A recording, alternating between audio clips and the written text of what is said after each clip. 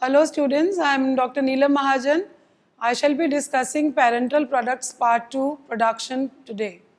In this module, we will introduce ourselves to production of parenteral products, packaging of parenteral products, stability of parenteral products, and quality control tests of parenteral products. Production process of parenterals comprises of steps ranging from collection and combining of formula ingredients to addition of the product in individual containers for distribution. Personnel carrying out these steps and facilities in which they are performed have close association with these steps.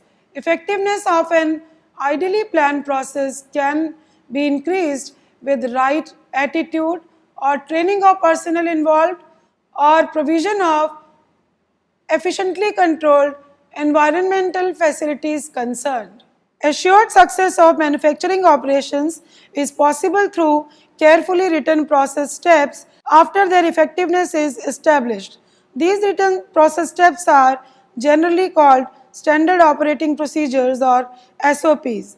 Extemporaneous changes in these procedures are not allowed. All changes go through approval steps similar to originally written SOPs. Further, as per FDA's good manufacturing practices, at the end of the production process, it should be assured that all steps have been performed as prescribed. This is even more significant than those from product release testing. This requires extensive record keeping. Such in-process control is essential for assured product quality.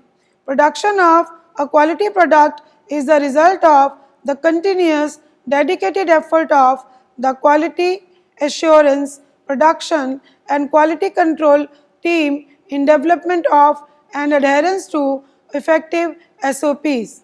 Quality assurance is preventative development process. It differs from quality control, usually involving pre-planning factors affecting quality of a product. Quality control may include QA in case there is only one organizational group directly responsible for quality in a plant, but it chiefly includes operations and tests designed to evaluate actually achieved product quality. Let us discuss the passage of materials through various steps of production process. In the initial step, formula ingredients, container components and processing equipment released for use are taken out from their respective storage areas. Process equipment and container components are cleaned thoroughly as per required specifications, are assembled in a clean environment and preferably are sterilized and depyrogenated prior to use. Ingredients are compounded according to the master formula in an environment in which a high level of cleanliness is maintained. A solution product is filtered during transfer to aseptic filling room. All equipment and supplies introduced into the aseptic filling area are sterile and come directly from sterilization process. If not possible, packages, hose lines from equipment and supplies are passed through ports of nominal size so as to allow prompt reclosure under aseptic conditions. Outer wrappings of packages are loosened and inner wrapping is grabbed by personnel in the aseptic filling room.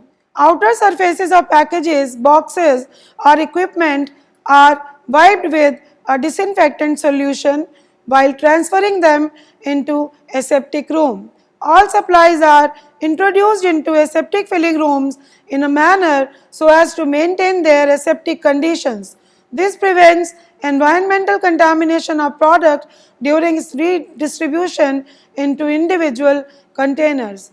After sealing these containers, contamination of the product is not possible. Product is sealed in its final container within aseptic room.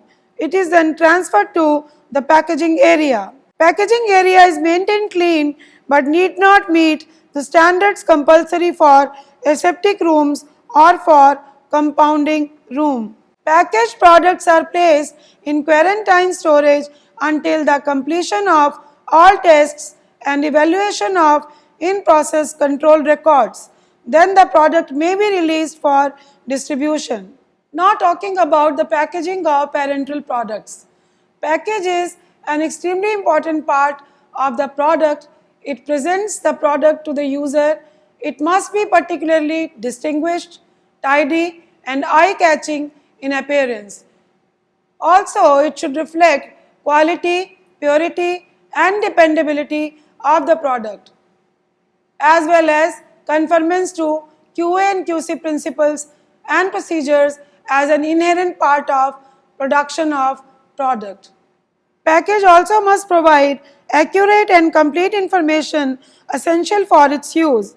Its label should be readable with clearly evident identity and strength of the drug. Furthermore, package should protect the product against physical damage during shipping, handling, storage, and the package should also protect light sensitive substances from ultraviolet radiation. Further, packaging requirements for injections as per USP will be discussed. Volume of an injection in single dose containers should not be more than 1 liter and should provide amount specified for one-time administration. This minimizes likelihood of use of remaining residue at a later time. Preparations intended for intraspinal, intracisternal or peridural administration should be packaged only in single dose containers because of the sensitivity of nerve tissue to irritation from added substances like antibacterial agents. Normally, multiple dose containers shall not contain a volume of injection more than 30 ml. Injections labeled for veterinary use are exempt from above limitation to single dose containers and volume of multiple dose containers. When a label is put on a container, a sufficient area of container is left uncovered to permit inspection of the contents. These packaging and labeling stipulations are basic guidelines for all products. Operation of packaging department for sterile products is essentially similar to that for other pharmaceutical packaging departments. Chief objective is proper labeling and packaging of all units with adequate controls for its assured accomplishment. Now we will discuss the stability of the product. Packaging components are in intimate contact with the product, so it is necessary to evaluate effect of all components on the stability of the product, particularly when product is subjected to accelerating reactivity of thermal sterilization. Now, quality control. Three general areas of quality control include incoming stock, manufacturing and finished product. First of all, we will discuss quality control with respect to incoming stock. For sterile products, incoming stock control includes routine tests on all ingredients as well as special evaluations like pyrogen tests, then glass testing on containers and identity testing on rubber closures. It may also be necessary to perform microbial load test to determine the number and types of microorganisms present. Process control area in the manufacture of sterile products involves all of the innumerable number of tests, readings and observations made throughout the manufacturing process of a product, which include conductivity measurements, then confirmation of volume of fill in product containers, recording of cycle time and temperature for thermal sterilization of product, and confirmation of the count and identity of labels for the product. Now production control. Production control includes all final tests and assays of product, namely routine chemical and biological tests, a leak test, a clarity test, a pyrogen test and a sterility test. First of all, we will discuss leak test. Now let's talk about significance of leak test. Ampules are intended to provide a hermetically sealed container for a single dose of a product. Likelihood of incomplete sealing of tip sealed ampules is more than those which are pull sealed. Due to improper handling, small cracks may appear around seal or at the base of the ampule.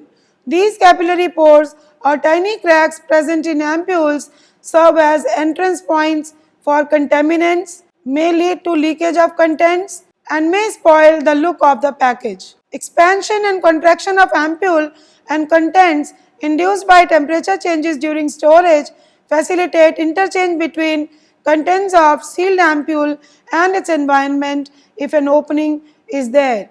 Leak test is meant to detect and discard incompletely sealed ampules. After having learned the significance of leak detection test, we will discuss the method of leak detection. Usually, leaks are detected as per a standard procedure in which a negative pressure is produced within an incompletely sealed ampule with ampule entirely sunken in an intensely colored dye solution, preferably methylene blue. Due to subsequent atmospheric pressure, dye penetrates an opening, if any, which is visible after external washing of the ampule. Vacuum is sharply released after half an hour. Only a tiny drop of dye penetrates a small opening. More effective detection of leakers is done by immersing ampules in a bath of dye during autoclaving. The method of leak detection has certain limitations. Capillaries of about 15 micrometer in diameter or smaller may or may not be detected by these methods of leak detection. Vials and bottles are not subjected to such a leak test because rubber closure is not rigid. However, bottles are often sealed while a vacuum is being pulled so that the bottle remains evacuated during its shelf life. Presence of vacuum is detected by striking the bottle base sharply with the heel of hand or by applying a spark tester probe to outside of the bottle, moving from liquid layer into the air space. Now we will discuss clarity test. This test is also very significant. As we know, clarity is a relative term.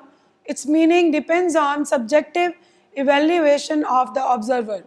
A clean solution with a high polish is indicative of exceptional product quality and purity. Preparation of sterile products perfectly free from visible particulate matter is practically impossible. Consequently, it is the responsibility of the quality control department to detect and discard individual containers of a product to be considered unclean by the ultimate user. As per USP, good pharmaceutical practice requires visual inspection of all containers and discarding those with visible particles. Parenteral solutions can satisfy the standards which we just now discussed. Further, product development, raw material quality control and process control have led to elimination of all possibilities of widespread particulate development. However, a few containers with visible particles detectable by visual inspection should be discarded. Although particulate matter is of primary concern in intravenously given products, all parenterals should be free from insoluble particles and should be exceptionally clean. Suspensions, emulsions or dry solids and solutions should be compounded and processed under clean conditions to minimize presence of foreign particles. Now we will discuss the methodology of clarity test. Visual inspection of a product container is usually done in this test. It involves individual human inspection of each externally clean container under good light, baffled against reflection into the light, and viewing of the container against a white and black background. The contents of container are set in motion with a swirling action to facilitate visibility, but introduction of air bubbles should be avoided. Then comes the step of inverting the container so as to see heavy particles. It is the final step in inspections. Human visual inspectors' efficiency reduction due to eye strain, fatigue, distractions and emotional disturbances is possible. However, human visual inspection offers the advantage of inspection of 100% products with a level of discrimination at par with that of the user. Instrumental methods based on principles of light scattering, light absorption and electrical resistance are used for getting particle counts and size distribution of particulate matter in liquids. In all methods, however, product unit is destroyed to take test sample, thus these are used only for quality control testing. A method using video image projection coupled with electronic circuitry detects moving particles without destructing product unit. This can be used for inline detection of particles in product units. Now we will talk about pyrogen testing. Presence of pyrogenic substances in parenterals is determined by a qualitative biological test based on fever response of rabbits. Rabbits are used as test animals because they share the same physiological response to pyrogens with human beings.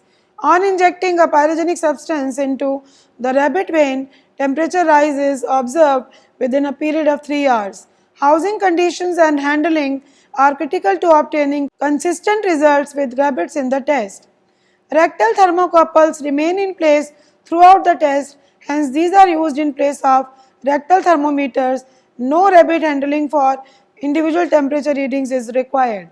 100 or more animals a day can be handled as compared to 15 by individual thermometer method. Many medical agents with antipyretic or other interfering effects, if present, interfere with test results. Pyrogen test is performed on all vehicles used for injections, but only on finished products that do not interfere with the test, have a high tendency for contamination with pyrogens, or are given in large quantities.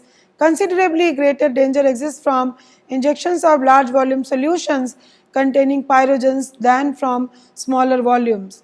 Also, the pyrogenic effect is less with intramuscular injections as compared to intravenous injections. An in vitro test method for pyrogens utilizes gelling property of lysate of the amoebocytes of Limulus polyphemus. Now it's a turn to talk about sterility test. First of all, we will discuss the significance of conducting sterility test. All products labeled sterile must pass sterility test after being subjected to an effective sterilization process. Test for sterility is meant for detection of viable microbes in official preparations. Now coming to its methodology, sterility testing of the products is carried out either by membrane filtration method, also called as method A, or by direct inoculation method called as method B. Membrane filtration is used for filterable aqueous preparations, alcoholic or oily preparations, and preparations miscible with or soluble in aqueous or oily solvents, provided these solvents do not have an antimicrobial effect in test conditions.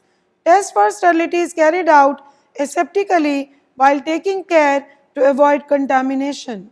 Working conditions in which tests are conducted are monitored regularly by appropriate sampling of the working area and by carrying out appropriate controls. Now we will talk about media for sterility testing. Sterility test media should support growth of aerobic microorganisms, anaerobic microorganisms, and fungi. Fluid thioglycolate medium is chiefly intended for culture of anaerobic bacteria, however, it also supports the growth of aerobic bacteria.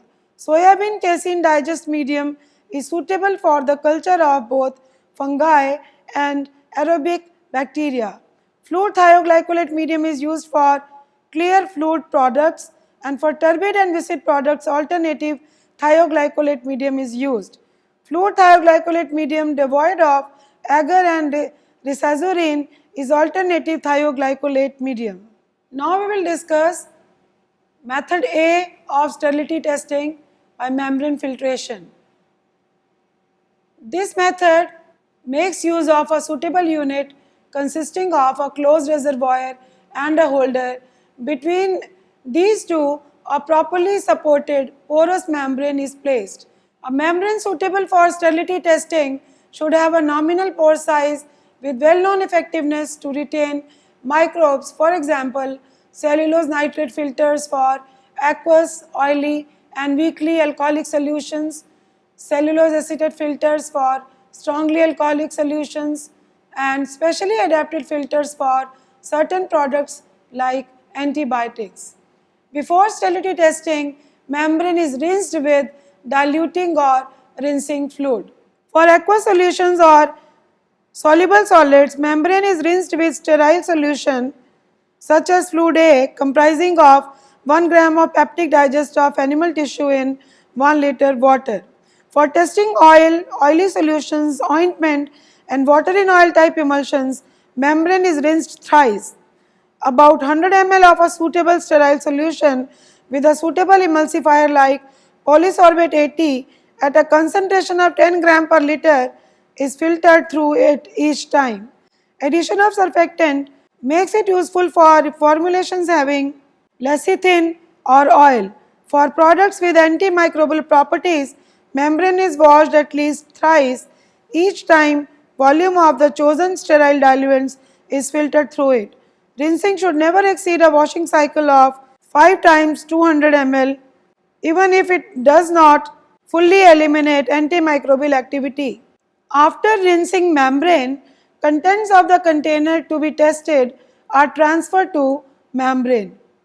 Aqueous and oily solutions of sufficiently low viscosity may be filtered without dilution through a membrane. Viscous oils, ointments in a fatty base, and emulsions of water in oil type may be diluted as needed with a suitable sterile diluent like isopropyl myristate. Fluid products in pressurized aerosol form are frozen in an alcohol dry ice mixture at least at minus 20 degree Celsius and added to fluid D before transfer of contents. In case of pre-filled syringes without attached sterile needles, contents of each syringe are expelled into one or two separate membrane filtered funnels or into separate pooling vessels before transfer. If a separate sterile needle is attached, syringe contents are directly expelled. After the contents are filtered, membrane is aseptically cut into two equal parts. Each half part is transferred to culture media. Fluid thioglycolate medium is incubated at 32.5 plus minus 2.5 degrees Celsius, whereas soybean casein digest medium is incubated at 22.5 plus minus 2.5 degrees Celsius for not less than 14 days. These media are examined for macroscopic evidence of microbial growth at intervals during and at the end of the incubation period. If no evidence of microbial growth is found, product complies with the test for sterility. If there is evidence of microbial growth in the form of development of bacterial colonies, product under examination does not comply with test for sterility unless test is invalid for causes unrelated to the product to be examined. Test may be considered invalid only if one or more of the following conditions are fulfilled. The conditions are the data of microbiological monitoring or sterility testing facility or the test method used during test shows a fault, and negative controls also show microbial growth. If the test is declared to be invalid, it is repeated with similar number of units as in the original test. If no evidence of microbial growth is found in repeat test, product tested complies with the test for sterility. If microbial growth is found in repeat test, the product tested does not comply with the test for sterility. Now we will talk about method B, that is direct inoculation method for sterility testing. Direct inoculation method is utilized for testing oily solutions, creams, ointments, solid products, surgical devices, sterile devices, sutures, surgical dressings in cases where membrane filtration method appears difficult. In direct inoculation test, quantity of the preparation to be examined is transferred directly into the culture medium. Volume of product should not be more than 10% of the volume of the medium unless otherwise prescribed. Oily liquids, creams and ointments are diluted to about 1 in 10 by fluid D. Sterile devices can be plunged intact into selected medium.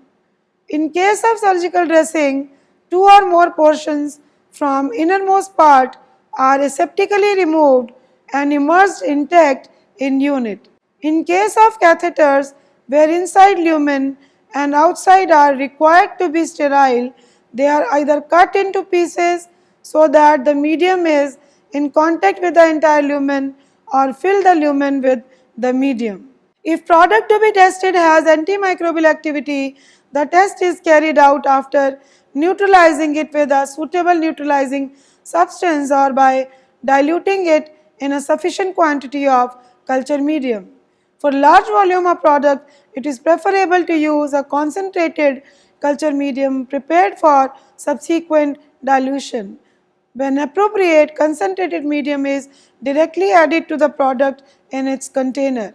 Inoculated media is then incubated for not less than 14 days. Cultures are observed several times during incubation period.